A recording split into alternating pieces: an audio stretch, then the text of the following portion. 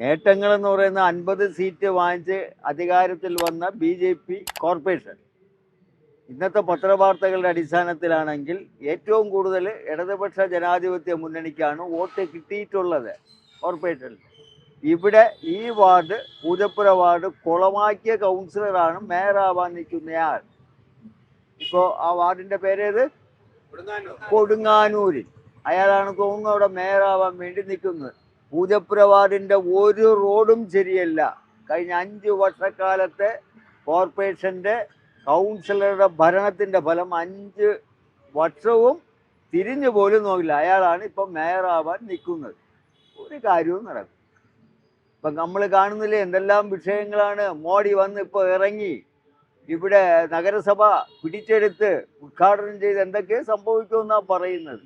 ഉള്ള തൊഴിലുറപ്പ് പദ്ധതിയിലുള്ള ആളുകളെ പോലും കേന്ദ്രം അംഗീകരിക്കുന്നില്ല, കൊടുക്കുന്ന കാശ് കൊടുക്കൂല എന്ന് പറയുന്ന ഒരു സ്ഥിതിയിലേക്ക് പൊയ്ക്കൊണ്ടിരിക്കുന്നത്. അപ്പോൾ ഈ നഗരസഭകളുടെ കീഴിൽ ഒട്ടനവധി തൊഴിലുറപ്പ് പദ്ധതിക്കാരുണ്ട്. അവർക്ക് ആര് കാശ് കൊടുക്കും? ഇതൊക്കെയാണ് ഇവിടുത്തെ പൊതുവായ സ്ഥിതി.